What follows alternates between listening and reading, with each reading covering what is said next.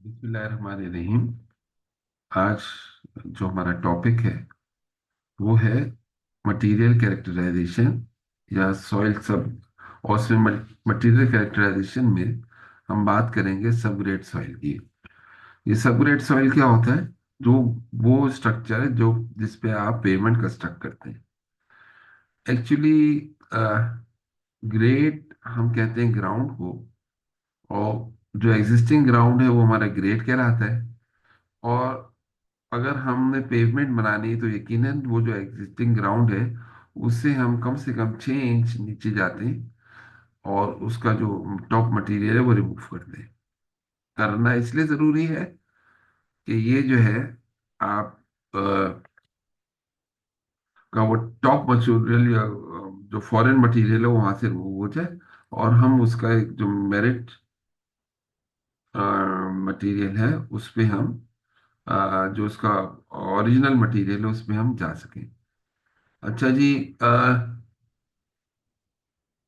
ये तो हो गया सबग्रेड पेवमेंट में। आप ये जो तस्वीर देख रहे हैं इससे भी साबित ये हो रहा है कि कितना इम्पोर्टेंट है सबग्रेड। असल में ये तस्वीर हमें ये बता रही है कि किस तरह सॉइल जो है वो ये फेलियर जो रोड का है ये किसी और वजह से नहीं है। ये जो अंडुलेशन आप देख रहे हैं और ये क्रैक्स आप देख रहे हैं, ये सारे जो है वो सबग्रेड फेलियर की वजह से है। सब ग्रेड फेलियर होना एक कैटेस्ट्रॉफी हम कह सकते हैं, इसलिए कि देखिए आपका पेवमेंट मटेरियल बड़ा बेहतरीन डला हुआ है। आप पूरी पेवमेंट बना चुके हैं, और जब पूरी पेवमेंट बना चुके और इतना अखराजात करने के बाद, इतने पैसे खर्च करने के बाद आपको ये पता चले कि आपका सब ग्रेड फेलियर है, तो वो लेयर्स जो आप नहीं भी निकालना चाह रहे थे वो भी आपका पूरा टाइम एनर्जी और पूरी जो वेस्टेज हो गई। तो सब ग्रेड को समझना इंतहाई जरूरी है। सब ग्रेड को समझने के लिए एक बहुत आसान सा तरीका है कि हम इसकी सॉइल क्लासिफिकेशन देख लें। क्योंकि हम ये जानते हैं, हमारी नॉलेज है एज ए सिविल इंजीनियर, कि सॉइल की क्लासिफिकेशन जो है हम हमें कौन सी सॉइल किस तरह का बिहेवियर करती है। तो अगर हमारे पास कोई डेटा मौजूद नहीं है और हमसे कहा जाए कि यहाँ पेमेंट बनानी है, तो बेहतरीन तरीका ये है कि 5 से 10 किलो, 12 किलो आप जो वो सॉइल सैंपल वहां से उठा के ले आए और उसकी सैंपलिंग कर लें। कैसे करेंगे जरा देखते हैं। सबसे बड़ा आसान तरीका ये है कि इसको आप सीव एनालिसिस कर लीजिए। तो आइए देखते हैं किस तरीके से सॉइल, अगर कोई गिवन डाटा है तो किस तरीके से इसकी H2 क्लासिफिकेशन और USC classification, unified soil classification, ये दो मकबूल तरीन सॉइल क्लासिफिकेशन सिस्टम है। अच्छा, अब ये देखते हैं कि अगर हमारे पास एक डाटा दिया हुआ है जिसमें कहते हैं कि हमारे पास जो सॉइल सैंपल है उसमें जो 4 नंबर पासिंग है वो 70% है, पासिंग नंबर 200 जो 30% है। लिक्विड लिमिट इसकी जो है वो आपके पास जो है वो आ गई 33 और प्लास्टिसिटी इंडेक्स 12। अच्छा, सबसे पहले हमें ये देखना है कि ये अब सबसे पहले हम लेफ्ट से राइट जाएंगे, यानी कि हम कोर से लेकर इस पॉइंट तक आएंगे। क्योंकि देखिए ये हमारे पास डाटा है और ये हमारे पास इसमें से कोई एक जो है, ये वो क्लासिफिकेशन है, ये वो सॉइल है जो हमें हासिल करना है। तो ये रेंज है हमारी। तो अब हम क्या करते हैं कि सबसे पहले हमें ये देखना पड़ेगा कि पहले हम इस जगह आ जाते हैं कि ये कोर्स है या फाइन है। कोर्स का मतलब ये है कि अगर इसमें मोर देन 50% रिटेन सीव नंबर 200 है, सीव नंबर 200 में मोर देन 50% है। देखिए 400 400 से पासिंग से जो है 200 सिर्फ 30%, यानी 200 सीव लगा हुआ हो और 30% मटेरियल पास हो गया, इसका मतलब है कि 70% जो है मटेरियल रिटेन हो गया। इसलिए हम ये करेंगे कि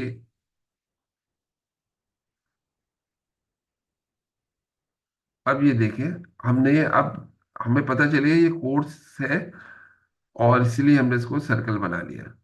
ठीक है, कोर्स है मोर देन 50%। अब पहले तो ये हो गया, अब इसका मतलब है ये जो हमारी सॉइल जो है, ना ML है, ना CL है, ना OL है, MH है, CH है, OH, इसमें से कोई नहीं। तो हम ये समझे कि इस साल से आधे से ज्यादा हम ये सॉइल के ये प्रोबेबिलिटी की सॉइल ये वाली हो सकती है, वो नहीं है। ये तो अच्छा हो गया। अब हम जाएंगे कि दूसरे कॉलम पे, जिसमें हमें देखना है कि ये जो मेरी सॉइल है वो कोर्स तो है, ये ग्रेवल है या सैंड है। तो हमें पता चला कि हम नंबर 4 पे गए। नंबर 4 पे पासिंग 70% है। तो यहाँ देखें, अगर ये मोर देन 50% रिटेन्ड है, रिटेन का मतलब, पासिंग 70% है तो रिटेन का मतलब 30% है। इसका मतलब ये है कि ग्रेवल में इसलिए नहीं आ सकता कि 50% से ज्यादा कोर्स फ्रैक्शन नहीं है, बल्कि 30% कोर्स फ्रैक्शन है। अब पासिंग 470 है तो नेचुरली रिटेन जो है वो 30% है। तो हम ये वाले कॉलम में आ गए।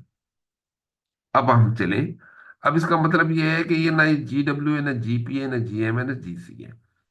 अब हमारे पास चार किस्म की सॉइल मौजूद है। SW है, SP है, SM है, और ये SC। अब देखते हैं कि इसमें लेस देन 5% फाइन है, मोर देन 5% पास है।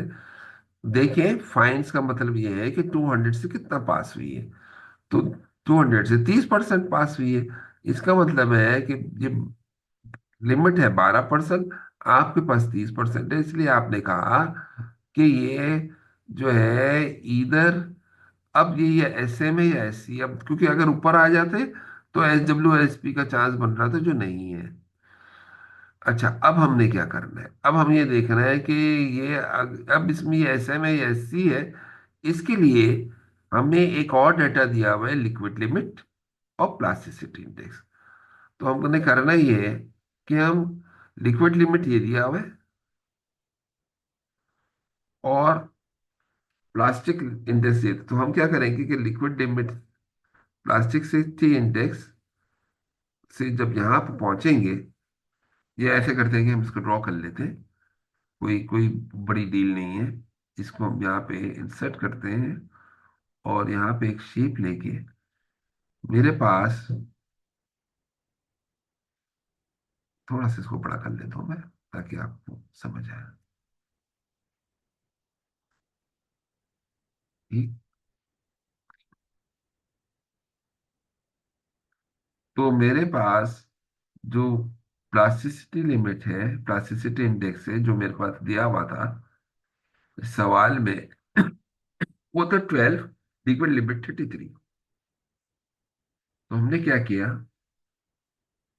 प्लास्टिसिटी इंडेक्स पे गए और एक लाइन खींची जो कि 12 की है तकरीबन। ये ऐसी कोई लाइन, ये मेरी स्ट्रीट लाइन है। देखिए, मैंने 15, इसको स्ट्रेट ये लगाया कि ये देखिए 10 और 20 के दरमियान 15 है, और ये 15 और 10 के दरमियान 12.5 है। तो मेरे हिसाब से मेरी लाइन यहाँ लगी। ठीक है, अच्छा, अब आ जाते हैं हमारे पास लिक्विड लिमिट पे। लिक्विड लिमिट है 33, आई गेस यही शायद था सवाल में। तो लिक्विड लिमिट 33 का मतलब ये है, लिक्विड लिमिट 33 का मतलब ये हो गया कि ये देखिए 30, ये 40। तो अब हम इसको जरा सा देखते हैं कि लाइन मैंने कहाँ लगानी है। देखिए, ये 30 है मेरे पास, ये पॉइंट।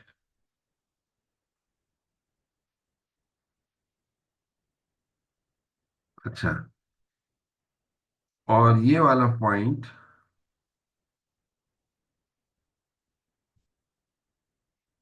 ये 40।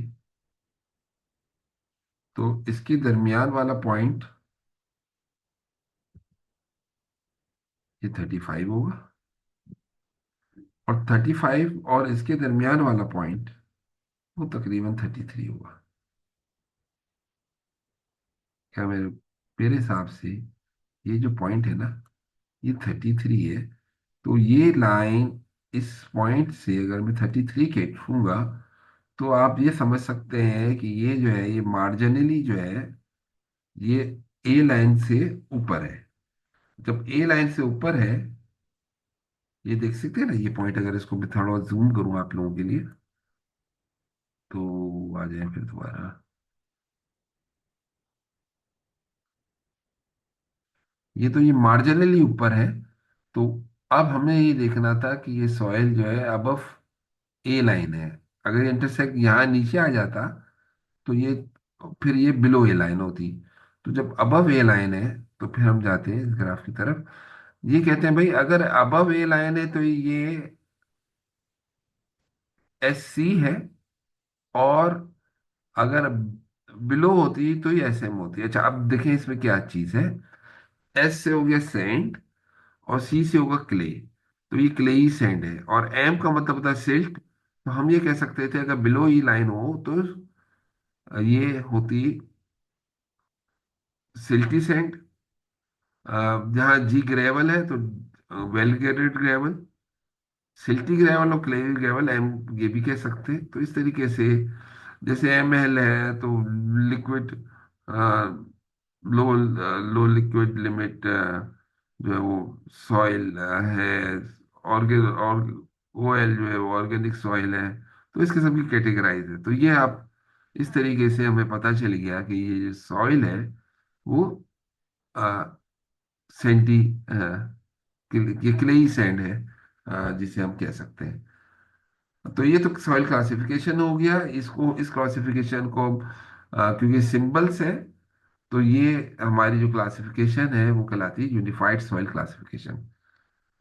चलिए देख लें जरा हम एस्टो सॉइल क्लासिफिकेशन, इसको कैसे करते हैं।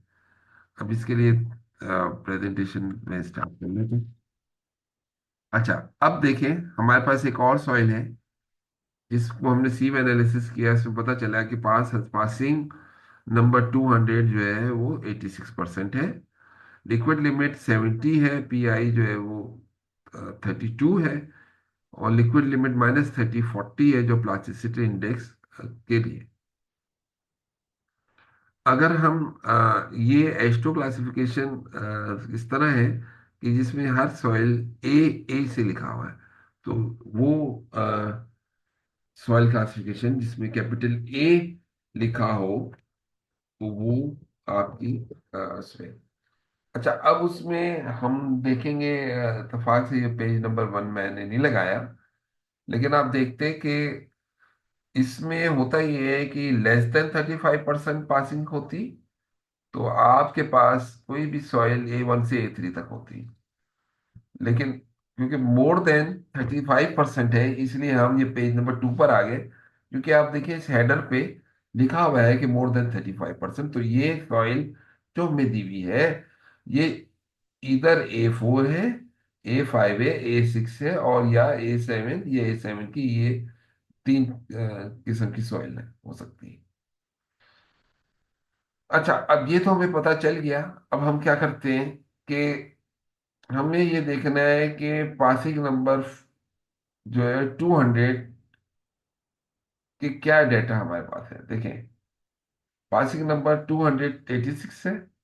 A4 होती, तो ये A4 सॉइल भी हो सकती है, क्योंकि 36 मिनिमम है, हर जगह 36 है। तो ये A4 से लेके A7 तक की सॉइल, A7-6 की सॉइल, इसका मतलब ये है कि ये कोई भी सॉइल जो है, इसमें से 36 मिनिमम है। इसलिए अभी भी हमने डिसाइड किया हुआ है कि ये चार सॉइल में से किस कैटेगरी में है। आगे चलते हैं। हमारे पास कहते ये हैं कि लिक्विड लिमिट जो है, तो लिक्विड लिमिट हमारे पास एक पैरामीटर, हमारा लिक्विड लिमिट जो है वो 70 है। तो A4 सॉइल इसलिए नहीं हो सकती कि 40 मैक्सिमम है। A5 की पॉसिबिलिटी इसलिए है कि हमारे पास 70 है, वो ये कहते हैं, ये क्लासिफिकेशन कहती है कि 41 मिनिमम है। तो इसलिए लिक्विड लिमिट आपकी 70 है, तो हो सकता है ये सॉइल A5 हो, ये पॉसिबिलिटी है। अच्छा, अब मैं जब यहाँ आता हूँ तो A6 सॉइल भी 40 मैक्सिमम है, मेरे पास 70 का डाटा है। तो इसका मतलब ये है कि ये A6 सॉइल नहीं हो सकती। 41 मिनिमम की तरफ आया तो मुझे लगा कि शायद या तो यहाँ 41 मिनिमम है, मेरे पास 670 है, तो इसका मतलब है कि ये दो ऑप्शन है मेरे पास कि सॉइल जो है वो मेरी हो सकती है A4 और ये A7 A75 और A76। अच्छा, अब हम क्या करेंगे कि हम देखते हैं कि अब इसका मतलब ये हो गया कि A5 है और A7 है। अच्छा, A5 के लिए प्लास्टिसिटी इंडेक्स 10 मैक्सिमम चाहिए, हमारे पास आ रहा है 32। इसका मतलब ये हुआ कि ये A5 भी नहीं है। अब हमारे पास हुआ ये है कि ये जो है आपके पास 11 मिनिमम है, हमारे पास 32, तो ये तो समझ में आ गया। ये A7 सॉइल है, A75 है या 6 है, A7 है, A75 है, A76 है, तो ये एक और। अब हम बिल्कुल श्योर हो गए, लेकिन अभी भी इसका तीन का नहीं पता चला। वो कहते ही है कि अगर तो ये A75 है, ये बॉटम पे देखें तो उसका प्लास्टिक सिमिट्री इंडेक्स में लिक्विड लिमिट -30 से अगर हम कंपेयर करें तो क्या आ रहा है। तो अगर आपका प्लास्टिसिटी इंडेक्स जैसे 32 है और लिक्विड, और ये लेस है लिक्विड लिमिट -30 जो कि 40 है, इसलिए ये A75 सॉइल है। अगर ये A76 सॉइल होती, होता क्या कि जो प्लास्टिसिटी इंडेक्स की जो वैल्यू आती वो हमारे पास लिक्विड लिमिट -30 से ज्यादा आती। यानी कि आप ये देखें, at the end of a day आप ये देख रहे हैं कि ये 40, ये 32 है, और क्योंकि ये इससे लेस है इसलिए ये A75 सॉइल है। अगर ये इससे ज्यादा होता तो ये A76 सॉइल होती। तो ये सॉइल क्लासिफिकेशन है। हम यहाँ इस टॉपिक को यहीं पे एंड करते हैं, और दूसरे पार्ट में हम सॉइल की स्टिफनेस या स्ट्रेंथ नापने के तरीके डिस्कस करेंगे।